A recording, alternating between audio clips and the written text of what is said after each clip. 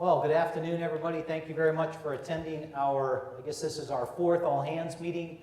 I wanted to say special thanks, first of all, to the council members that are here. I saw Council Member Mark Bobzine's here. Thank you for attending. Council Member Kay Dupree is somewhere. Yep, there you go in the back. Thank you very much for attending. And I saw Council President Mark Line come in. He's over here. Any other council members that I'm missing?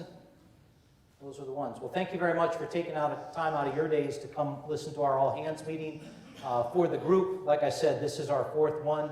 I was a little concerned about whether we were going to make space in here, but it looks like we fit quite nicely, and so it all worked out. So Carrie, where's Carrie?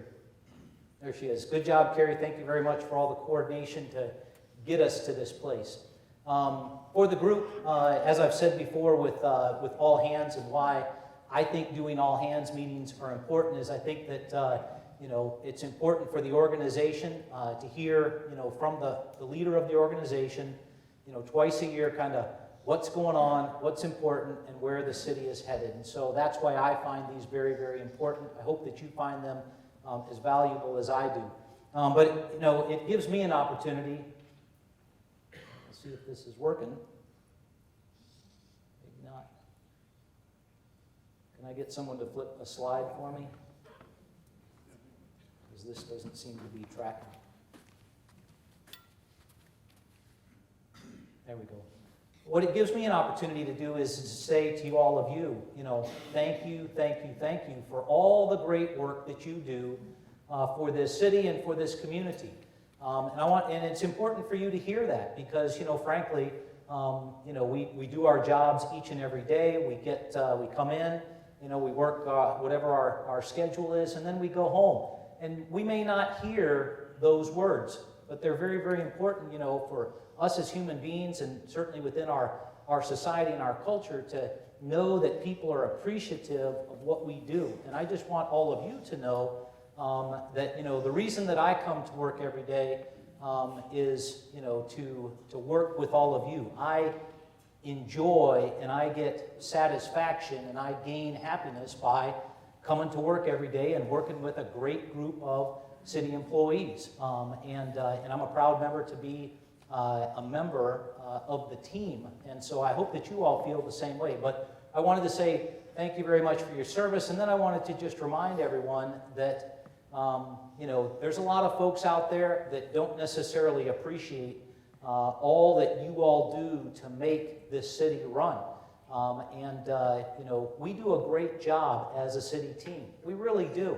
When you think about the council, has a listening session and you get 4 folks to show up. Well, it's disappointing that folks don't show up, but there's a good side of that too, and that is that, there's not a lot that's really that heated or debated or folks are upset about that they feel they've got to come talk to the council and complain or whatever is going on. Generally the community's satisfied with what the city's doing, and so I just want you all to know how proud I am of what you do to support this city and to take care of this community. And so again, thank you for your service, and I am extremely proud of all that you do for the city.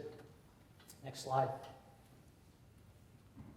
So one of the things that I belong to is an email distribution that comes out every week, and it's called Strategic Government Resources. It's based out of Texas, and it was something as a garrison commander at Fort Hood that I was tapped into as far as current trends in city management and things like that. And they sent one out here actually about 2 months ago that had a video clip in it that really just kind of, touched my heart, made me appreciate, what you all do, because there are folks like this in our city today, city employees working and doing good and great things. Folks, there are lots of seats. There's a cluster here in the center. There's a couple down front. There's a bunch over on the side. And so please don't feel like you need to stand in the back. Plenty of space to stand, to sit. But I watched this video, and it's about customer service and about touching people on a daily basis, engaging people, connecting with people. And I wanted to share it with you. So if we could go ahead and play the video, that'd be great.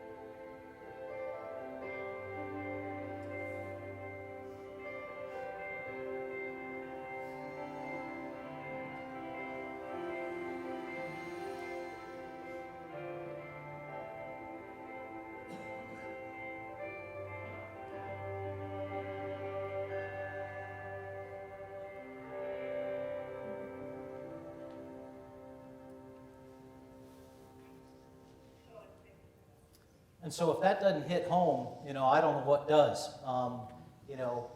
What kind of Johnny are you? How are you putting your personal fingerprint on each customer interaction that you have with people here in this community each and every day? And so I encourage you to think about ways that you can touch people the way Johnny touched folks in his community.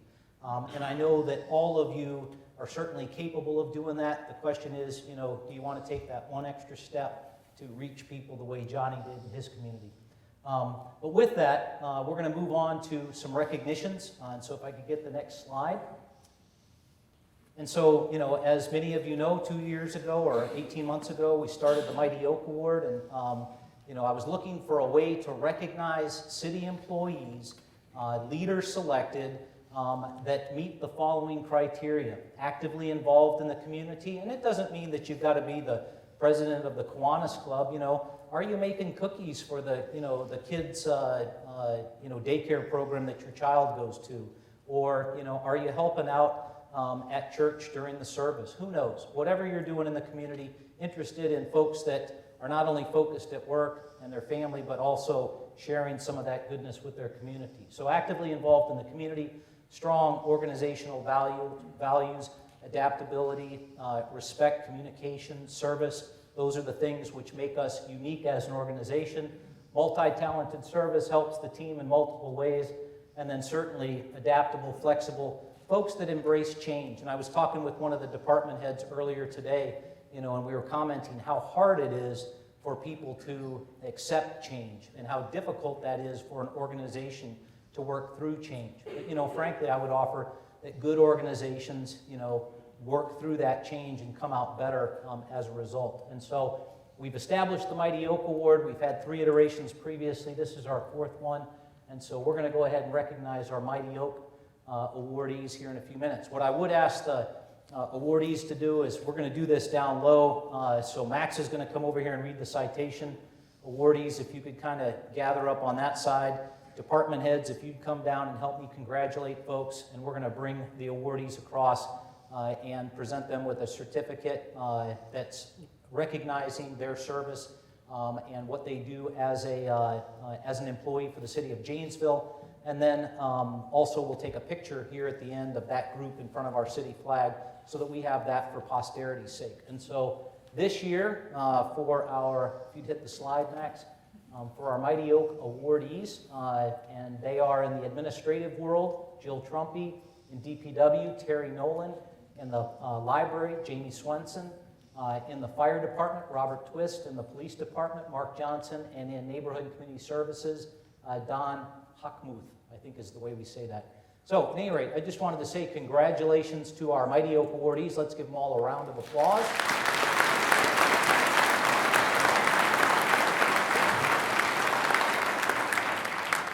And if we could have the awardees come up to the front, my front left over here. Department heads join me in the center, and we're going to go ahead and knock this out. Right? So, the Mighty Oak Award is given for meritorious service and is declared the Mighty Oak of the city.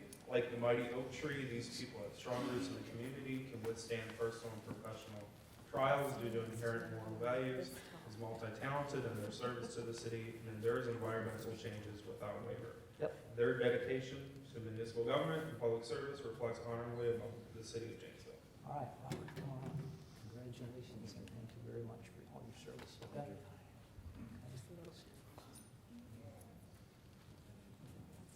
Yeah, come on, Doc. Congratulations, and thank you for all that you do. Okay?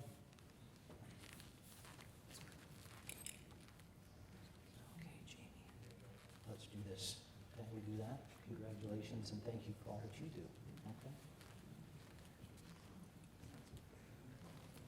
Mark, come on. How you doing? Thanks for your service. Okay, appreciate it.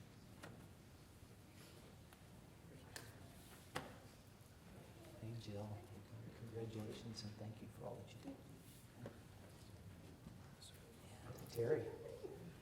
Congratulations, and thanks for all that you do. Okay, nicely done. All right. Let's give them all a round of applause.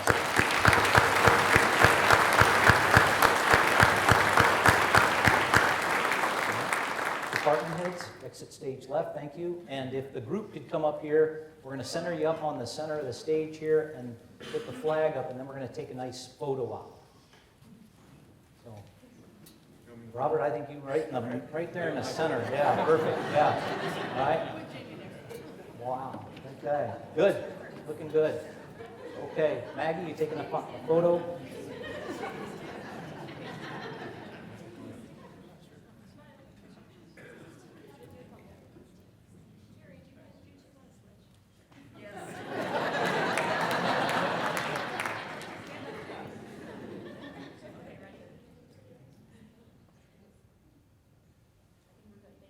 Good. Thank you very much.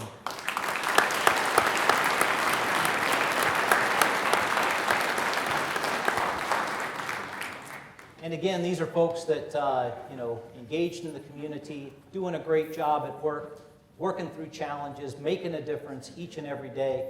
And I know that we could award that 514 times across the city, but we got to give ourselves time because I got a lot of all-hands meetings to do over the next 20 years. Okay? Next slide. So the other award, and we're not going to make any presentations, but I do want the workforce out there to know that, I think it's important to recognize our city leaders and what our city leaders are doing. And when I think about my core leadership team, I talk about my division and department heads. And it's a group of, about 20 to 25 folks, and they do just some amazing work for the city. And, a lot of it goes, unrecognized. And so I thought it was important this past year to look at and recognize who our lead paddlers are. And I will remind you from the last all-hands session, what's a lead paddler? Well, we watched back in January, we watched a video that talked about, how important it is to engage and to talk with your employees, your team.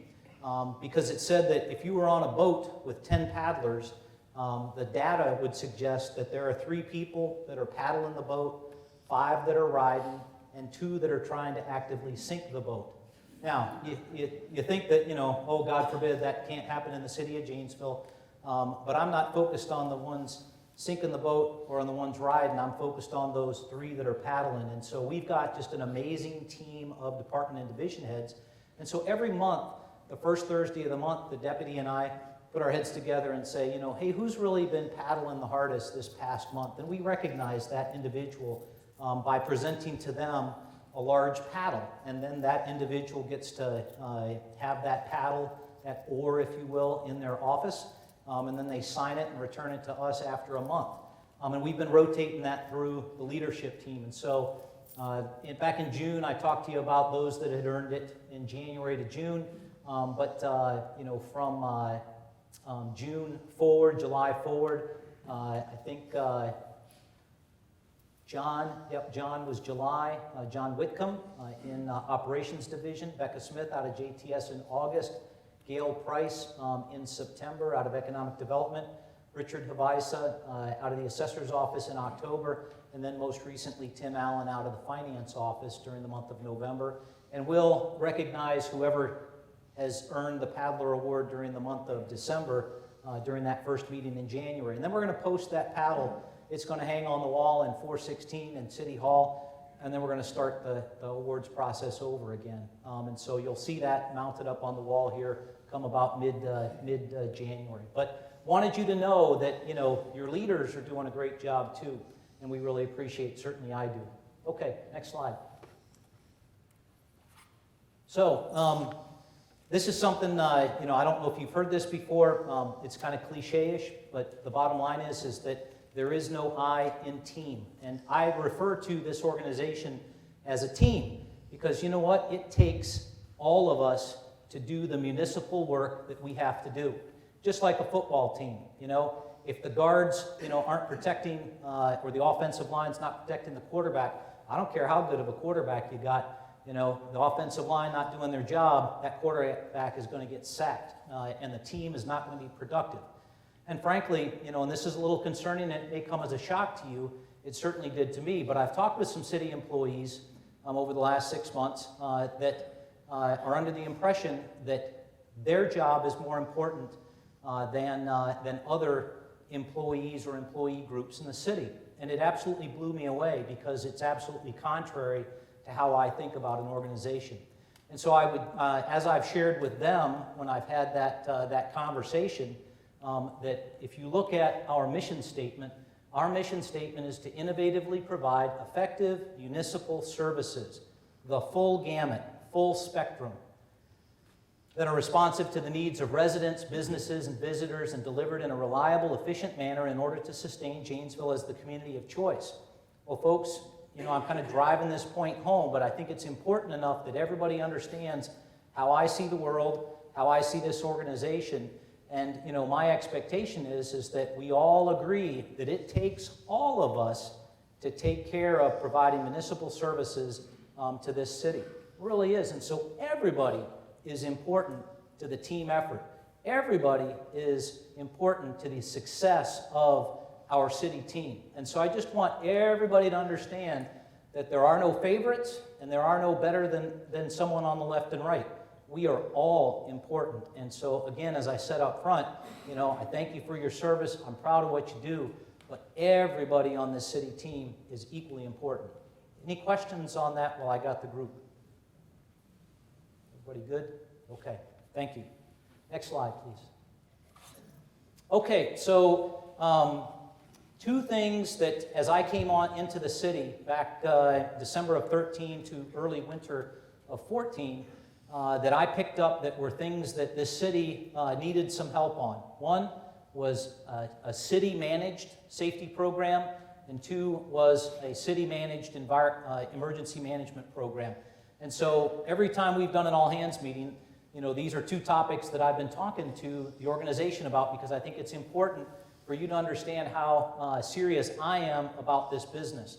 And so I just wanted to give you an update on where we are on our city-managed safety program. Again, 2 years ago, some departments had safety programs, others did not. We certainly had nothing at the city where we were managing safety program and expectations and knowledge and education and training across the organization. Just wasn't there, wasn't happening. And so a good news over this past year, really kind of maturing into this last 6 months, was as at the leadership level, that core leadership team with the department heads, some of the division heads, and the city deputy city manager and the city manager, we get together on a quarterly basis and we review with Stacy. I know Stacy's around here somewhere. We review data that Stacy has collected and working with CIVMIC as far as what are our accidents, what are our trends, you know, what are our workman's comp claims, you know, are these things preventable? What do we need to be, you know, more successful in the realm of safety? And so we've been doing that as an executive team every quarter. The other thing that I asked the department heads to help with was to stand up, if they didn't already have one, was to stand up internal into the department a department level safety committee that was doing the same thing, but a little bit more focused, a little bit more detailed, a little bit more at the tactical level, what's going on in the world of safety within the various organizations. And so I'm very pleased, you know, to say that, you know, we've got multiple subordinate, if you will, safety programs, safety committees that are operating inside the city now. And, you know, I would tell you that of the groups here, and I'll just talk about them real quick, but administration and city hall, you know, that's the folks that work, you know, typically in that office environment in City Hall, and, you know, our greatest danger is lifting something improperly, sitting at a desk too long and getting carpal tunnel syndrome, or tripping over a loose wire on the ground where we have slips, trips, and falls as our major hazard. And so, you know, that group is forming, okay, but it's nascent. I mean, it is about as basic as it can be right now. And so we've got that one started, did not exist before. DPW field operations and DPW wastewater operations. You know, DPW, frankly, didn't have a formal program that was managed as a department. Paul Woodard has, you know, divided that up into two programs. Wastewater, you know, has some very, very different kinds of functions than the field operations crews do, those that are out, you know, working across the city, doing the business of the Public Works Department. And so he's divided his safety committee into two subordinate groups. Fire department has had, frankly, a very, very robust and active safety committee. And frankly, you know, if anybody wants to know what right looks like, I would direct them towards the fire department, because they've got a very healthy program, a very mature program that's been working for some time. The police department and then JTS also have safety committees that they're operating. And all of these safety committees are in various degrees or levels of maturity, if you will. But the bottom line is that we're looking at ourselves and we're trying to make sure that we take care of not only our own employees, but the customers that we service and support, and ensure that everybody is safe and the things that we're doing are safe for both the customer and the employee. The other thing I'd like to highlight is that CIVMIC, our insurance company, has offered up and provided during the year 2015 $10,000 in matching grant money to purchase safety equipment. And so, you know, we were able to, across the entire city, different departments, you know, requesting different things, where we paid, you know, $100 towards, you know, a widget, and guess what? CIVMIC matched it with another $100 so we could get, you know, either a $200 item or we could get 2 of one item instead of just the one. But we've utilized $10,000 of CIVMIC's money to purchase safety equipment for our city employees. You know, if you look out, trying to think of a good example, we got some harnesses. Did we finally buy the harnesses for some of our workers? You know, those were things that we didn't have before. Now we have them, but it's because CIVMIC offered up matching grant money for us to utilize, and so we've been able to put that to work. The next thing that I've got on Stacy's plate for her to engage here in the next year is, you know, we do not have a routinized program to inspect our facilities. You know, and frankly, you know, we can walk through any facility and find problems, and so we need to make sure that we're checking our buildings at least on an annual basis, if not twice a year. And so that's one of the things that I've tasked Sue Music and Stacy, our safety coordinator, to wrap their arms around and get that thing going, because I think it's unfortunate that we can't, you know, look back and say this accident occurred. Yes, it did, but this was the last time that we checked that, you know, and that we were in compliance at that time and it was good. So we know that something changed between the time of the accident and the time of the injury, and so we're going to work on that. But the bottom line is that if you all aren't looking for and sensitive to safety hazards or problems out there in the workplace, and you're not watching out for yourself or for your teammates, we're just not doing the right thing. And so I would encourage you that everybody has a role in making sure that we do things safely. And if you ever, you know, I mean, there's no harm, no foul in saying, hey, time out. We got a safety problem here. Let's fix our safety problem and then let's resume work. But we want to make sure that everybody is in the same shape at the end of the day as they were at the start of the day, and you know, God forbid that we have somebody that's seriously injured. So that's important to me, and it ought to be important to you all, you know, because it's about us as an organization. Okay? Any questions on safety? Nothing. Good. Okay. Next slide, please. Okay. Next one is emergency management. You know, whether you like it or not, crises are going to occur. Some of those crises can be handled strictly by the police. Some of those crises can be handled strictly by the fire department.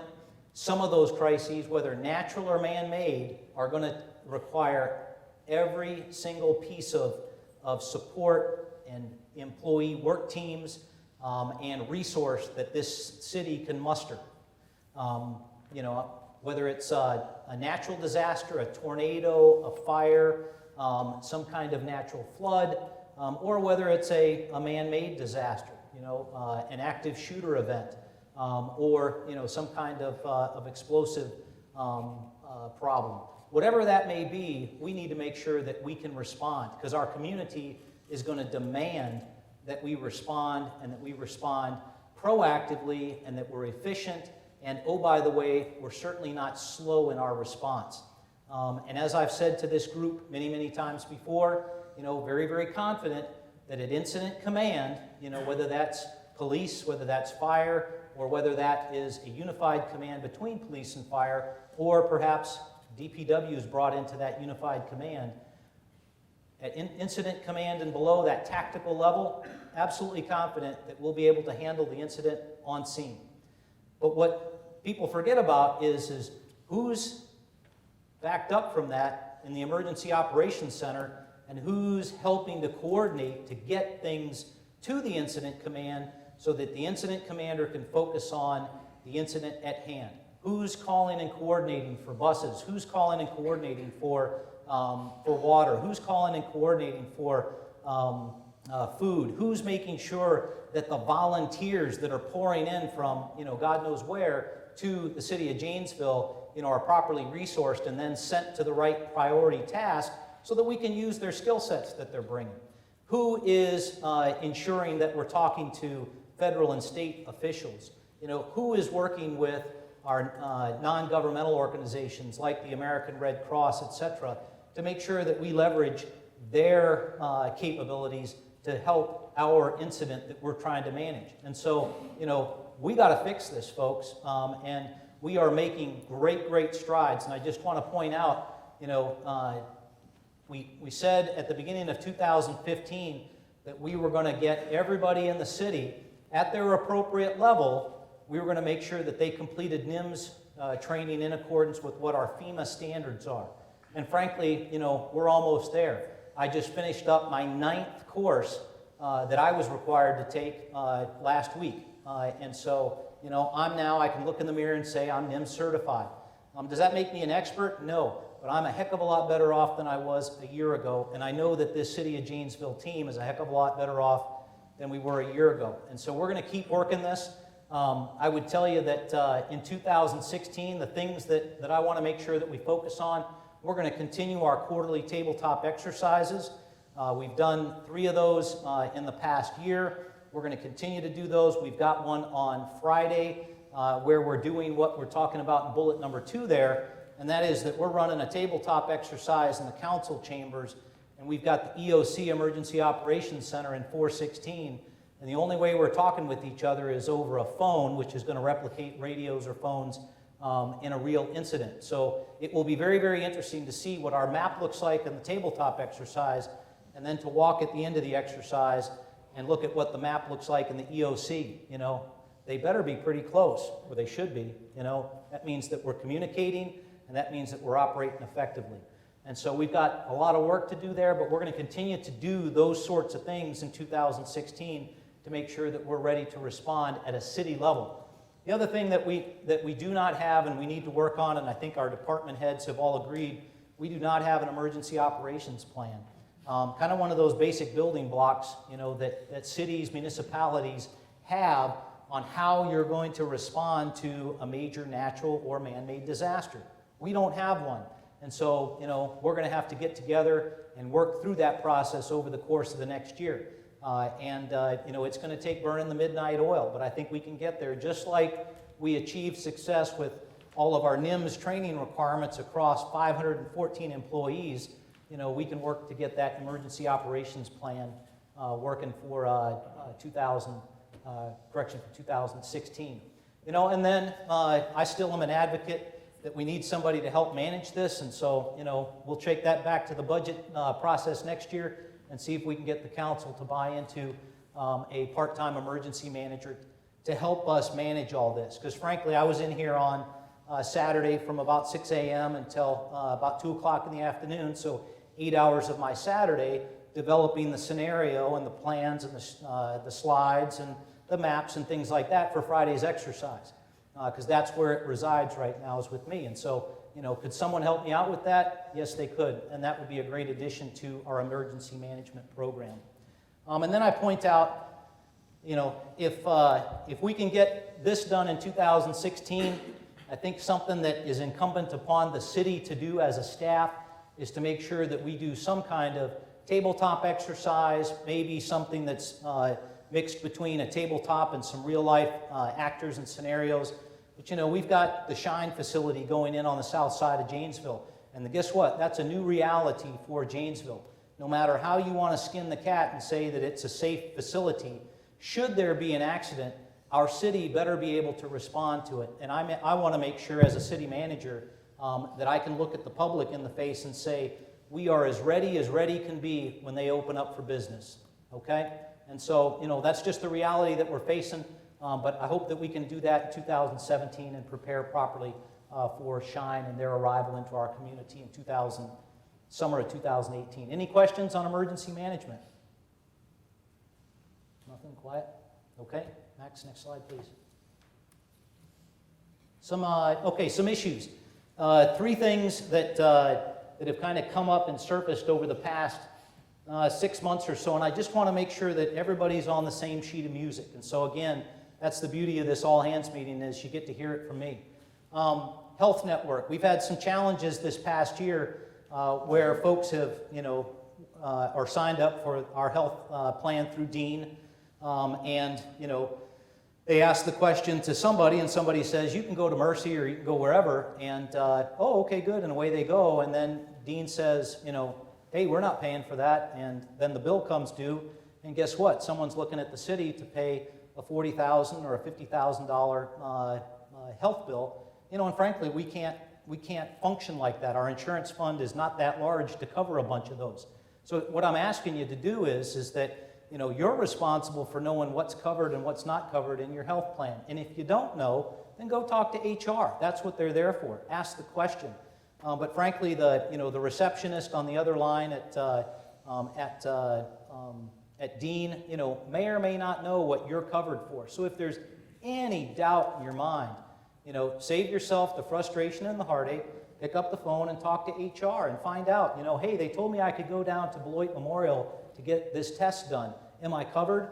And HR is going to let you know, okay? HR will let you know. But frankly, the city can't continue to cover out-of-network healthcare expenses. It's just, in the world of healthcare, it's expensive enough. You have multiple ones in the course of the year, and we just can't afford to do that. And I don't want to have to raise your portion of healthcare payment in order to offset this fictitious or this unnecessary gap that could occur because people aren't following the rules. So I need you to help with that, and then please, please, please carry that message back to the rest of the team. It's important. Next thing, pay. We had an incident or a couple incidents where people have gotten either over or underpaid by the city. Bottom line is that's unacceptable, whether it's overpaid or underpaid. But that's the reality of how organizations operate. Sometimes that happens. And so the question is if you're underpaid, I guarantee you're going to be standing in front of me saying, hey, I got underpaid this month, I want my money. Okay, and we'll make sure that you get your money. But if you're overpaid and you sit off quietly on the backside and say, no one's going to find out. Well, guess what? There's enough auditing that takes place in our finance department, that's going to come out. And someone's going to recognize that, hey, they got overpaid. And guess what? I'm coming back to get our money, okay, to get our citizens' money. So it behooves you to please, if you identify that you have an overpayment, speak up, say, hey, I got overpaid, let me get it resolved. Case in point, deputy city manager, July gets a slight overpayment in his monthly check. And he comes straight to me and he said, hey, Mark, I got overpaid this month. Did I miss something? And I'm like, nope, let's go talk to the HR director. Yep, you got overpaid, And so we collected it back, all right? So, Ryan loves me, he does. But it's the right thing to do. But he did the right thing, and that is, pay attention to what you're getting paid, and if you're getting overpaid, speak up so that we can get it resolved. Because guess what? At some point down the road, we're going to figure out that there was a mistake made, and we're going to come back and collect that money, all right? And, if it's a month, that's one thing.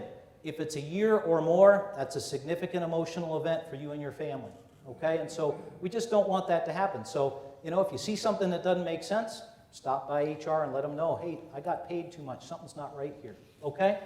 And then the last one is city circulation.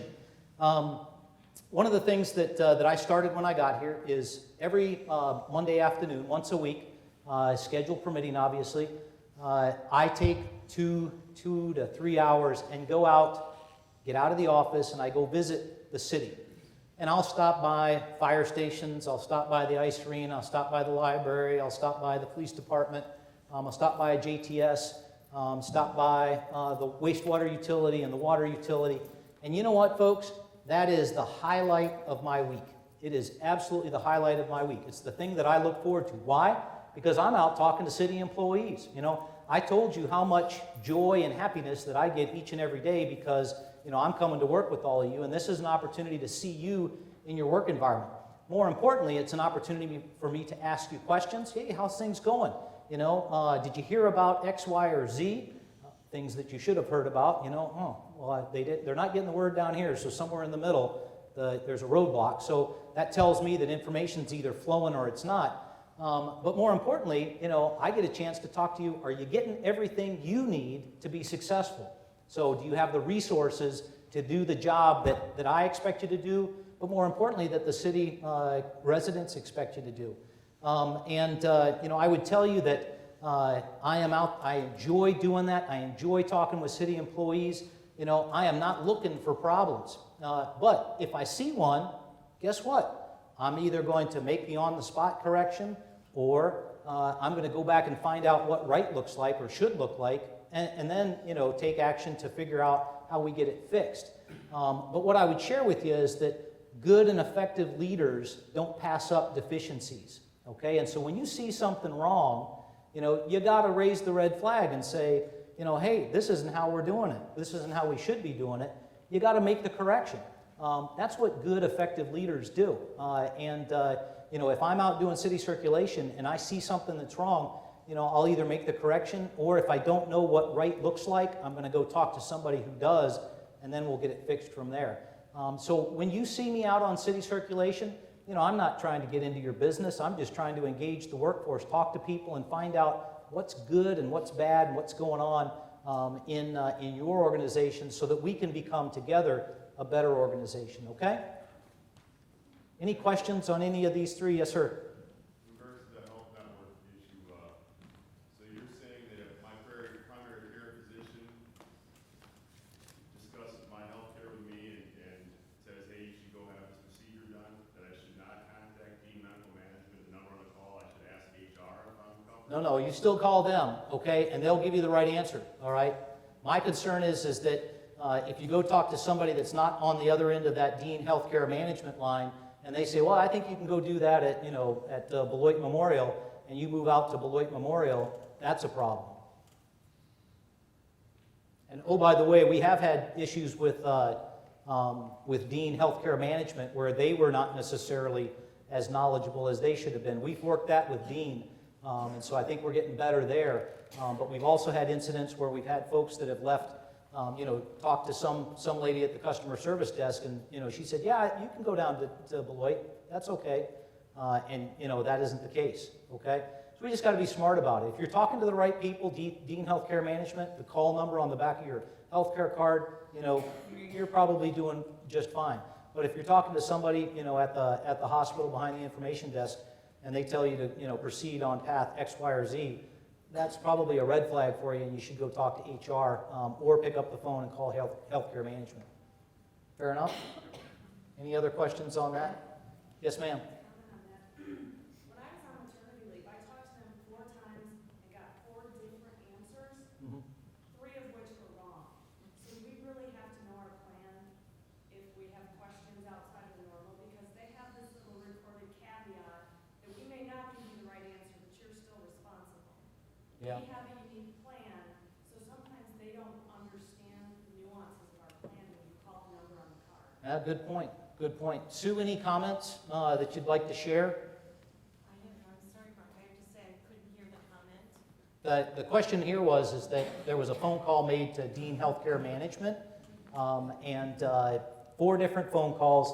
3 of the responses were bad information. 1 of them was accurate. And so, you know, the comment is sometimes even the Dean Healthcare Management operator or receptionist on the other end of the line may not know the details of our city healthcare plan. Well, they should. Yep. No, but in those instances that should happen, where you get multiple different answers, call us, we'll get the right answer. Yep. Yep, and so I think if you're getting conflicting information out of Dean Healthcare Management, I think that's a good point. You know, that ought to be a signal. We're not talking to the right people, so talk to HR. Any other questions? I'm looking for hands, but those lights are so bright. Nothing? Okay, good. Next slide, please, Max. Okay, and so what I wanted to do now is one of the things that the city participates in every year is the United Way campaign. We ran our campaign over the month of November, and I'm very, very pleased to share with you that the city collected over $18,000 towards the United Way campaign. Average donation, about $114. 161 employees out of the city participated, which is about a 32% participation rate. And so I just wanted to say, thank you for giving back to the community. We do a whole lot for the community in and of our jobs, but this is kind of taking that extra step, giving some money back to an organization that's going to disperse it to folks that need it to make a better life for themselves. And so I just wanted to say thank you to everybody for helping out with the United Way campaign and contributing. And at this point, Max is going to do Max and Amy are going to work a raffle for some days off, etc. So. Thank you, City Manager Freitag. First, I just want to thank everyone who contributed to the United Way campaign this year. Additionally, I would be remiss if I didn't say a special thank you to all of our department and division campaign coordinators. So if everyone can stand up and give them a hand, that would be great.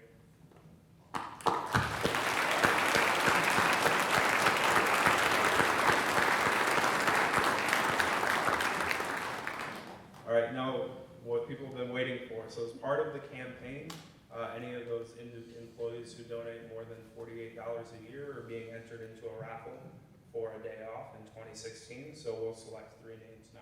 So hold the bag if you want. Okay. And the first individual is Tim Whitaker. Tim.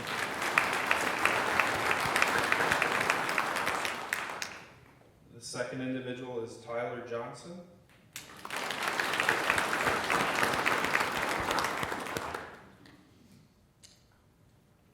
And last we have Sue Braden.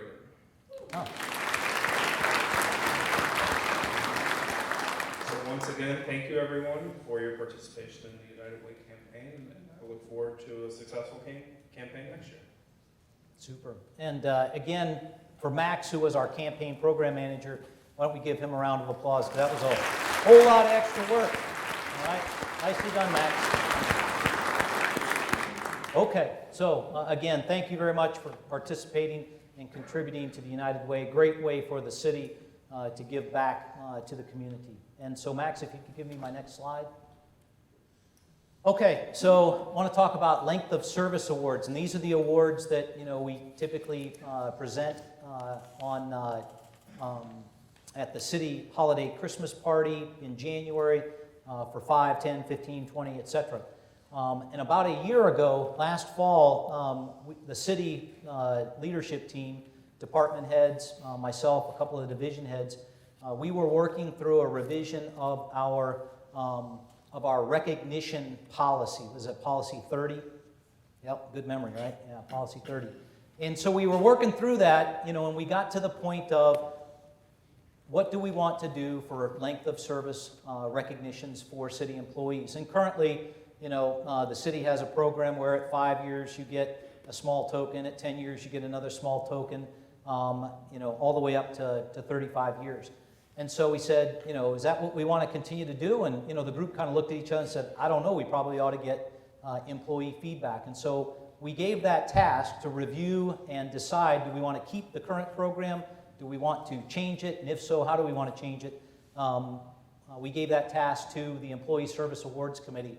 So they, I guess last spring and over the summer, that group got together and decided that they wanted to change the current program and decided that they wanted to move forward with a commemorative coin and a series of commemorative coins that recognize years of service. And so, so that committee passed it off to the design subcommittee, who over the course of this fall have designed a series of coins that will be presented for your 5th, 10th, 15th, 20th, 25 years, etc. And so that's kind of the history of where we're at. But the timeline looks like this.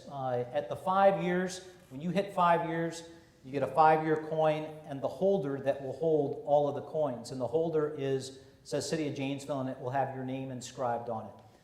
And then, you know, as you collect the coins over those 5-year periods, you just keep adding them to the coin holder, and you build them up over a course of 40 years, with 40 being the max. No matter when, where you are at in that years of service, whenever you retire, your gift from the city, because right now we don't have necessarily a gift from the city, your gift from the city becomes the Janesville wagon. And so when you retire from service, you get the Janesville wagon. And so that's kind of the plan that they came up with. And I'm going to roll through some slides that kind of show you what the coins look like, because what the coins did is that they get more and more intricate with years of service. And so, you know, the 5-year coin, I don't want to say it's vanilla, but it's plainer, maybe more plain is appropriate, but who's an English person? Is it more plain or plainer? More plain? Lisa's saying more plain. Yes?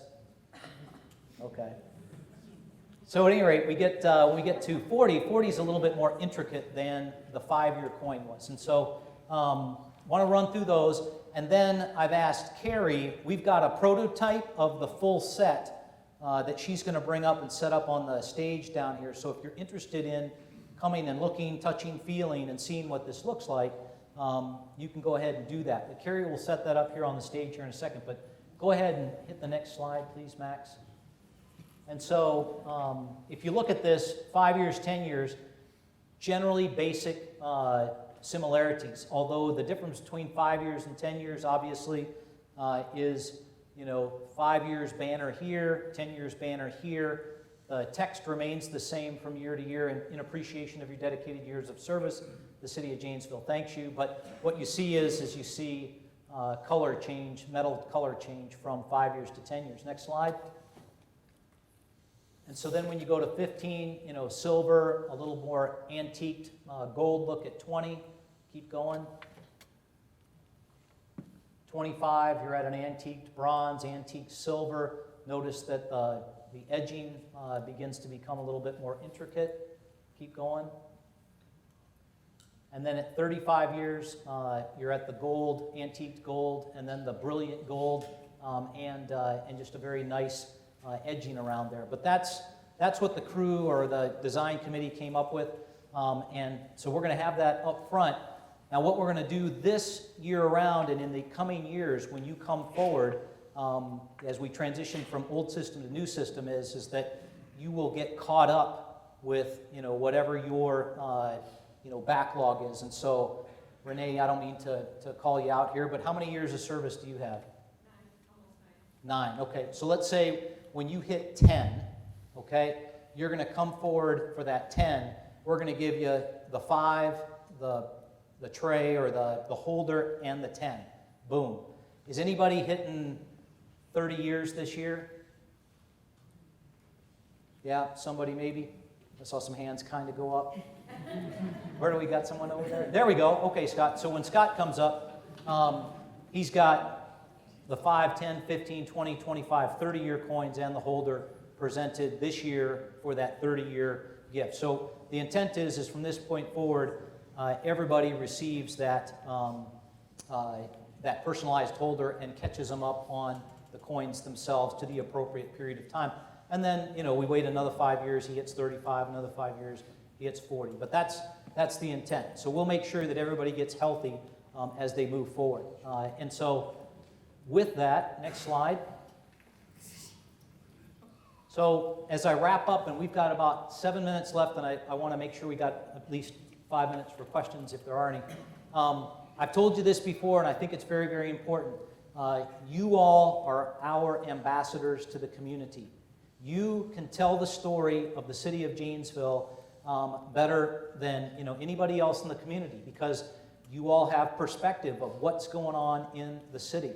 And so what I would ask you is that when you're out visiting with your family and they have questions about the city of Janesville, share with them what's going on. When you're talking with your neighbors or you're at a holiday party or whatever, and they're asking what's going on in the city, share with them what's going on. And if you don't know, direct them to one of these great resources that has information readily available. I'm amazed at how many folks, ask questions about the city, and yet that information is at their fingertips, through our website, through Facebook, or a multiple list of other resources. And so, just remember, every month JATV, there's Dwayne right up front. Dwayne and his team are broadcasting on JATV. This month, during the month of December, the show Park Place Views is actually me talking about 2 years as the city manager and kind of what we've achieved and where we're headed in the future years. But it changes every month, and so there's always something new on a monthly basis. And Maggie Herdlicka and our intern Andrew, they do a great job of preparing scripts, topics, and information that can be discussed during that show. Always direct them to our city website. Certainly, folks can subscribe to receive email bursts from the city. And then, obviously, Facebook, Twitter, and Nixle. Great ways to get information. But I would encourage you all to make sure that, you remind people that, one, the city's doing great things, and the city's better off today than it was, how many ever years ago. We keep moving forward, and that's what good organizations do.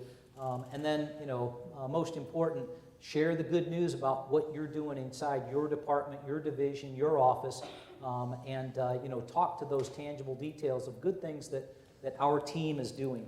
Next slide. And that's all I got. So we got about 5 minutes. If anybody has questions, I'm happy to answer it in front of the group. If not, I'll be available down front here after we release everybody.